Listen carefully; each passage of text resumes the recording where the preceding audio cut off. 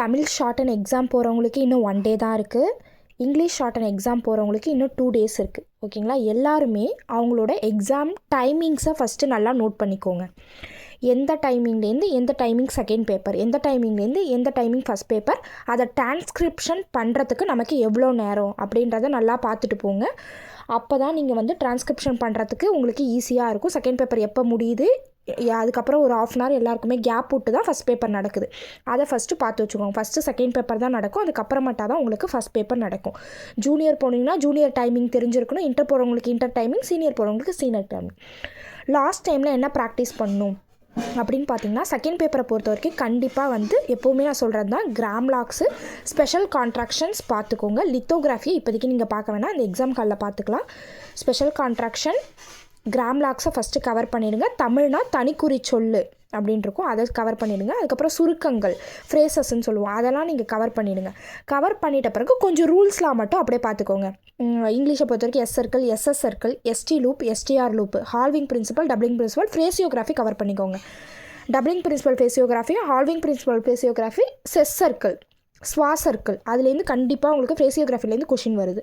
அதுக்கப்புறம் டெஃபனேஷன், ஒரு 4-5 டெஃபனேஷன் தான் இருக்கும். Define grammalogues, define phraseography, define special contraction, அதை கவர் பண்ணிக்கோங்க. உங்களுக்கு செகண்ட் பேப்பர் போதும். ஃபஸ்ட் பேப்பரை பொறுத்த வரைக்கும் நான் ப்ரிடிக்ஷன் பண்ணுற வரைக்கும், ஓகேங்களா, 1985 to 1990 கவர் பண்ணிவிடுங்க. அதுக்கப்புறம் 1982 to 1985, 1982 to 1990 வரைக்கும் உள்ள ஸ்பீடை நல்லா பார்த்துக்கோங்க. அதில் இருக்கிற வேர்ட்ஸ் எல்லாம் நிறையா, அதில் இருக்க 1 minute 2 minute அப்படியே கட் காப்பி பேஸ்ட் பண்ணுறாங்க. அதுலேருந்து கட் பண்ணிவிட்டு வந்து அப்படியே 1 minute இங்கே வைக்கிறாங்க.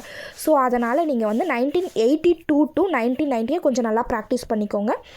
அதுக்கப்புறம் 2023, 24, 25 அந்த 6 கொஷின் பேப்பர், ஓகேங்களா, அதில் இருக்கிற ஹார்ட் வேர்ட்ஸை ஸ்பீடாக ப்ராக்டிஸ் பண்ணனாலும் பரவாயில்ல, அதில் இருக்கிற ஹார்ட் வேர்ட்ஸை நல்லா நோட் பண்ணி பார்த்துக்கோங்க.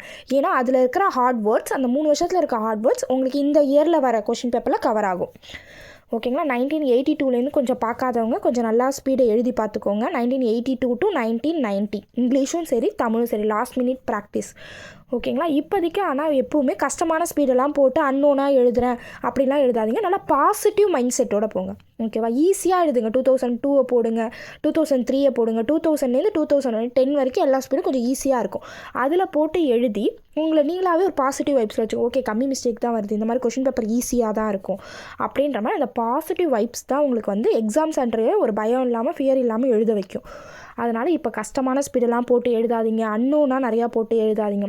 ப்ராக்டிஸ் பண்ண ஸ்பீடை ஆடியோ போட்டு எழுதி மாற்றுங்க. லாங் ரன் பண்ணுங்கள், லாங் ரன் பண்ணி பாருங்கள். சப்போஸ் பண்ண முடியலையா, பக்கத்தில் புக்கை ஓப்பன் பண்ணி என்ன எழுதியிருக்கோம், என்ன ஸ்ட்ரோக்ஸ் போட்டிருக்கோம், அதை அப்படியே ரீட் பண்ணி பாருங்கள், ஓகேங்களா? அது உங்களுக்கு பெஸ்ட்டாக இருக்கும்.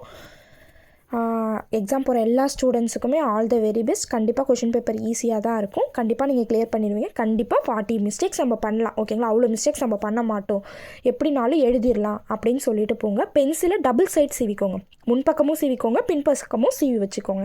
ஏன்னா வந்து டக்குன்னு நம்ம வந்து ஷார்ப்பு கூர்ப்பு உடஞ்சிருச்சுன்னா டக்குன்னு அந்த நேரத்தில் பென்சில் இன்னொன்று எடுத்து மாற்றுறதுக்குள்ளே அப்படியே பேக் சைடு திருப்பி மாற்றிடலாம், ஓகேங்களா? அதனால் கண்டிப்பாக 2 பென்சில் எடுத்துக்கோங்க, அது 4 சைட்ஸும் சீவிக்கோங்க, ஓகேங்களா? ஹால் டிக்கெட் மறக்காமல் எடுத்துக்கோங்க. ஒரு ஐடி ப்ரூஃப், ஆதார் கார்டு எடுத்துக்கோங்க. Okay, thank you.